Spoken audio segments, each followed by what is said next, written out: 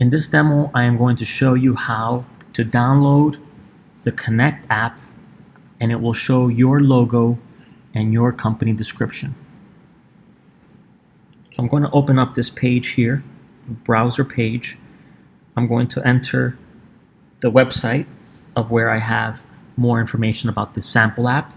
The sample app is called TurboBlock, Filing Made Easy. So we tell people, download our sample mobile app. This could be your website. This could be a link on your social media, Facebook, on Twitter, on Instagram, and the customer will press the appropriate button to download the app. So let's say, in this case, it's Apple Store. So it opens up the Apple Store. It says, open this page in the App Store. We press open. The customer is taken to the App Store. He presses download here. Once the customer pressed the download button, we got details about that customer, and we know that he clicked on your link. It gives him a brief introduction, and it brings him to your page. So it shows your app logo, your address, and the description that you chose. So now the customer can click here to get started. We're going to click a couple of scenarios. We're going to say married, had a job, had dependents, owned a home, and let's see what else we add here. Let's add some bank interest. We click next. We prepare the questions based on the scenarios that the customer chose, and we're going to type in here some information about the customer. Is going to type in their information.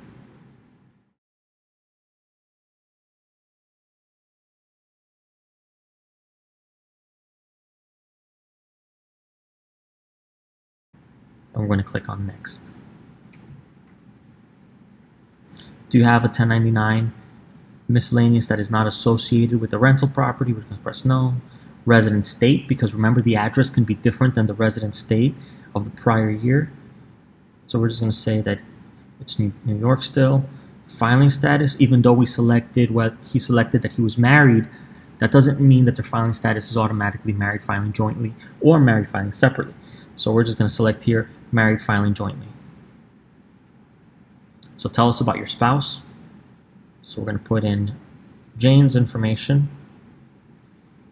And let's say she was born yesterday in 1981. Spouse's social security number. Occupation, we're going to say she's a homemaker. She didn't attend school during 2016. And do you want to file this return together with your spouse? We just have to confirm. I'm going to press next. Do you have children or support someone other than your spouse? We're going to press yes. We're going to put in the dependent's name. So here we're going to say Little John Doe. His date of birth, well, he was born in 2007, so 7 years old. Dependent's social security number. Citizenship status of the dependent, we're going to say that he is a U.S. citizen. Dependent's relationship, it's a son. How many months did your dependent live with you in 2016? We're going to say 12 months. If not a student, was dependent permanently and totally disabled? We're going to press no. Did the dependent pay more than half of their living expenses? No. Okay, we have Little John's information. Do you want to add another dependent? We're going to press no. And now we get the next scenario. We said that he had a W-2. The customer can select to attach a W-2.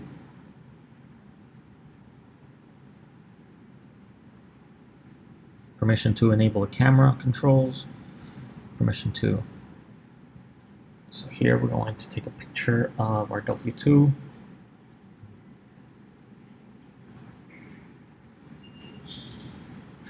And it says this W-2 is for John or Jane. Well, John. So it automatically adds his social security number in box A. Employer ID. We're going to put here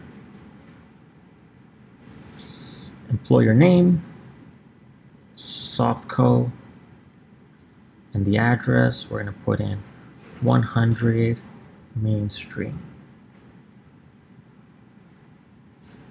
in New York. And now the wages, we're going to put in here that he made $65,000. Federal tax withheld, let's keep it simple. Let's say it was 10%. Social Security wages, we don't automatically calculate field 1, 3, and 5 because sometimes those could be different, and we want to make sure that the taxpayer takes the time out to look at the W-2 and enter the information.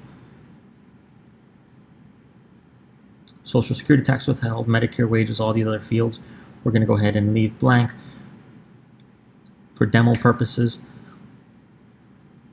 box 15A and 15B are in the bottom, so you can enter the information regarding the state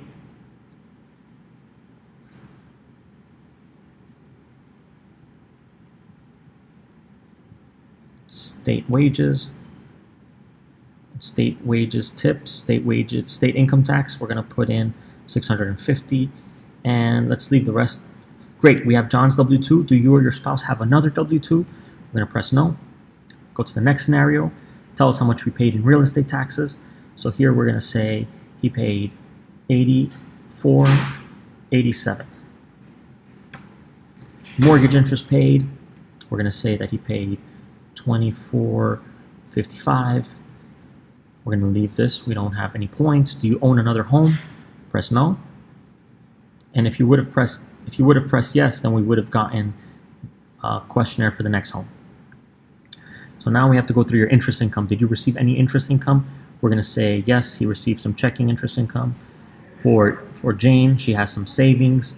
The payer is Bank of America. The interest income, we're going to say that he had $40 in interest income, and none of this indicative interest income was any of the following. We don't need any of that. We're going to say that $4 were withheld. Awesome, we have Jane's interest income. Do you have any other interest income? We're going to press next because we don't. Did I press yes? No. Let's go through interest income. We're going to ignore that. There's no additional interest income. Now the customer is asked to select which way he would like to pay with refund or pay in the office. You do not have to use Refundo bank products with this product. It can be any bank product provider. Once the tax professional receives the information for this customer, he will import that into his software, whichever software that is, and he will be able to select the appropriate bank product provider. So we're going to say pay with refund, and that pay with refund is going to be an account deposit or a paper check. We're going to say a direct deposit. So it's going to ask us for a routing number, an account number, an account type. We press next. Now the customer has to create an account so we can transfer all this information securely. So we're going to put John Doe at refundo.com. We're going to pick a simple password here. For demo purposes, we're going to press continue. Sorry, that user had already been created.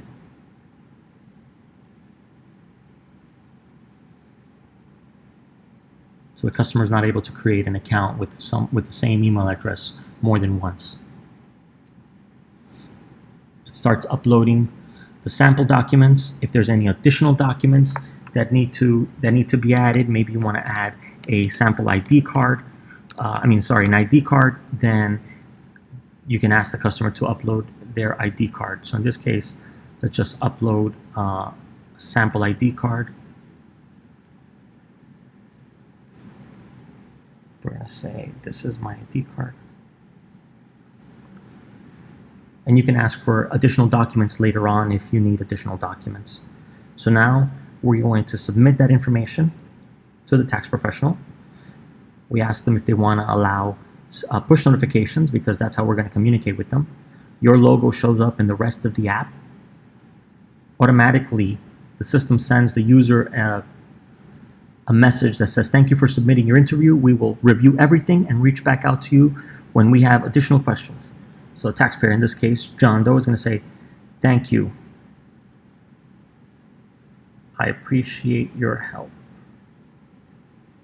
That message is sent. He's able to go here and see more contact info, He has information that's already been sent. He has a confirmation page there, and he can chat with you. Let's assume that he closes the app, and then he decides to come back to it at a later time, presses the connect. Again, your logo shows up in the front of the app, and it asks you to continue. It asks him for a password. It also supports Touch ID on iPhone, so if the customer has set up his fingerprint, he won't have to enter his password again. He can simply select the fingerprint option, put his fingerprint on the sensor. So the chats appear right here. On your side, since you're the tax professional, you're going to have access to the dashboard, and you'll be able to send messages from the dashboard.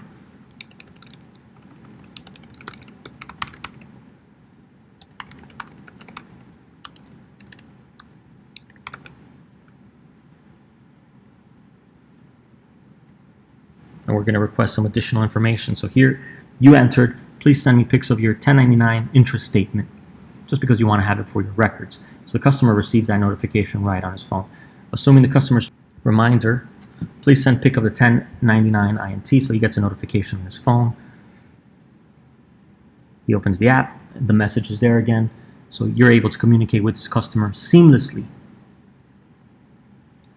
Now, let's take a look at the tax professional side. How does a tax professional see the information, and how can he import it into his software? We currently support Connect. Connect currently supports Crosslink, Drake, TaxSlayer, TaxWise, Pro Series, and RushTax. So let's watch how we import into those softwares.